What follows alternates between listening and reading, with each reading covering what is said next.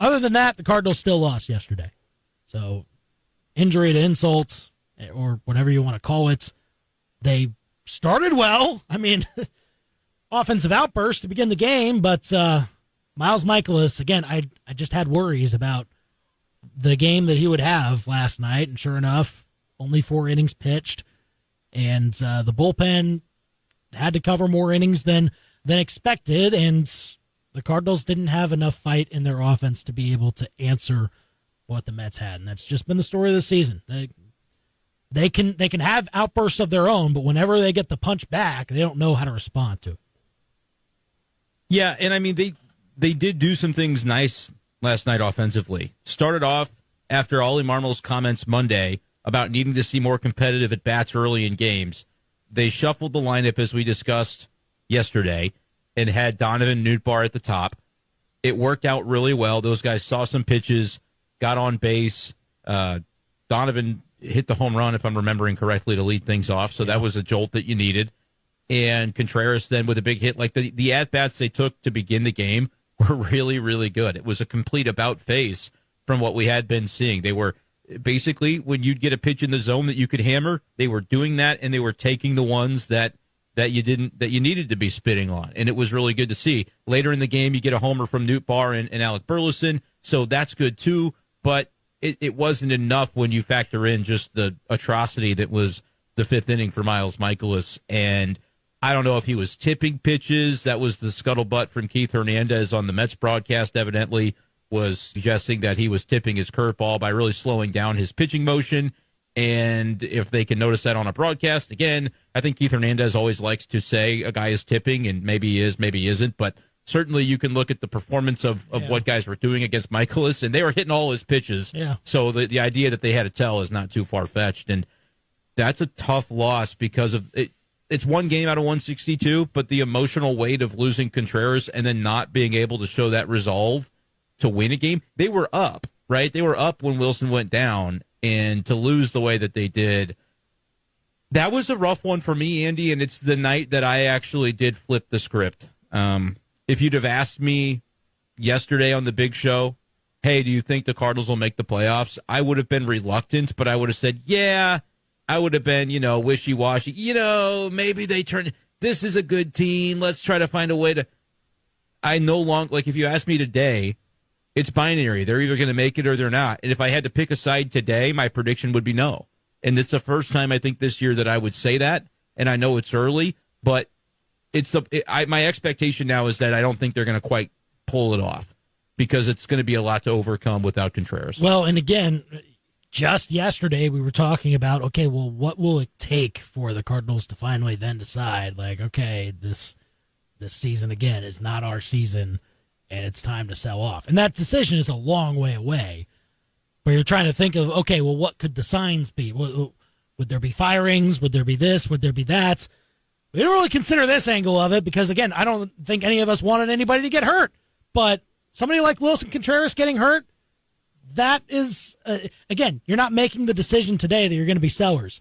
But it's the event that maybe signals that could be what you're closer to going forward. Yeah, and it could go one of two ways after a big injury like that. You can go in the tank because you're kind of already there and you just don't have the fortitude, the resolve to get up off the mat after something like that happening to your team when you're already struggling as an offense, or it can galvanize you. And if the Cardinals can take the at-bats that they took yesterday and have that be the way they approach these baseball games coming up, and they can say, look, it's not going to be anybody but us that's going to get us through this.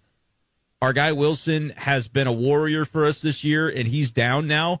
We got to pick him up so that when he gets back in July, he's coming back to a team that's still got something to play for. Can the Cardinals rally around the idea that the guy who has been performing while they weren't has been helping to keep them afloat as much as they've been afloat? He's out, so now what do you do?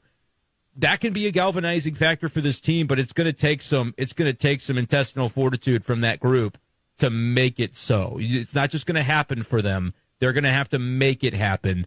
And last night they didn't, right? And I know that that's only one game, so it's not fair to maybe judge and say, that's a sign that they don't have it in them. But you'd really like to have seen a comeback last night. And you know what? They had chances. And part of what makes me so pessimistic is Paul Goldschmidt might just be broken.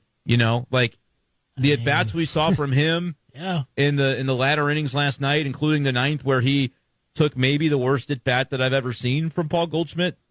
He swung at a fastball like 10 inches off the plate, right? Wasn't even close, Andy. Yeah. He took 2 strikes on fastballs. One was just pretty much middle, and then the next one was outside corner, but well within the zone. And then he did jump on an off-speed pitch that I think his eyes lit up because he can't catch up to a fastball right now, and he saw one that wasn't, and he got so antsy, I think, that he pulled it foul.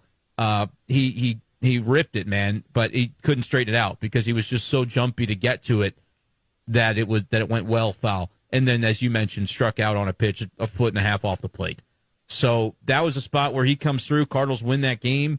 My gosh, are we having a different conversation? We're saying, look, Contreras is down, but look at what they were able to do without him. Maybe that's the wake-up call, but we don't even have that. We can't even have that conversation because the guy that in your heart of hearts you'd love to think could provide such a wake-up call was the chief contributor toward blown opportunities in last night's game. Michaelis is one thing, right? That's a problem. He's got a 6.4 ERA. That's a problem. Paul Goldschmidt not being able to be a guy you can count on in those spots. And, in fact, I had the thought, I don't know if you would have thought the same way last night, but I said, well, Mason Wynn didn't start this game. Maybe you pinch hit him here in the ninth inning. I'm serious. That win for Goldie.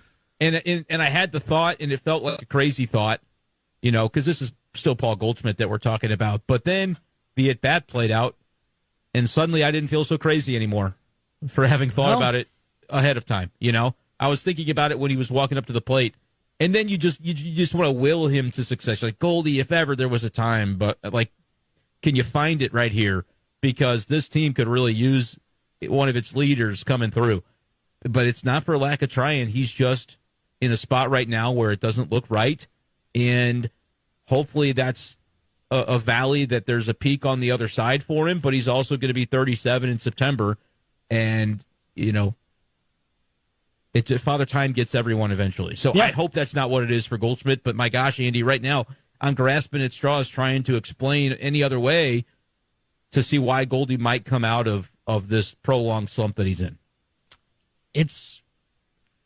I have no logic for it whatsoever, but it's something that it is the number one reason. There's plenty of reasons. It's the number one reason why the Cardinals are where they are. But tell us your thoughts. 875 KTGR. And now they're going to have to overcome the loss of the only hitter that they really had that was doing anything of real productive sense. And now someone's got to fill that role. Multiple people do in order for you to have any kind of hope for this season. The Royals have plenty of hope. The Royals sure do. The Royals just beat the team that the Cardinals are about to face in 4 games. They took the series today with a 6-4 victory over the Brewers. And guess what? James MacArthur, turns out he's just fine. He's all right. Blew a second straight save the other night. And guess what? Came back in there and took care of business. Yeah, cleaned someone else from attempting to blow a save. I think he's a solid closer for what the Royals have right now. And if that blown save hadn't happened just last night, this would have been a sweep for the Royals. Yeah, for me, really, we had this conversation yesterday about whether or not the Royals should be, buyers or sellers, all that. It's still kind of too early to tell, but games like last night are really what make me think this is why, if you're the Royals, you should be a little bit opportunistic around teams that are probably not going to do anything, but they have some nice talent, especially in like the bullpen. There's some nice bullpen guys, but it does kind of feel like they've got some numbers that might come back to bite them in the ass, and it kind of happened last night against the Brewers, and it almost happened again today. So I wouldn't be surprised, or I think I would encourage, rather, if the Kansas City Royals were a little bit more opportunistic, especially at the trade deadline market, just to see if there's any sort of way they can fill like any kind of inefficiency they have, either with the pitching rotation, with the bullpen, with the starting lineup. I know there were some Royals fans kicking the can around trying to get Tommy Pham in the building to bolster that outfield. It's like you want that. I do. You want that. Maybe I do. That's the thing, though. It's like I'm telling you that you want that. You do.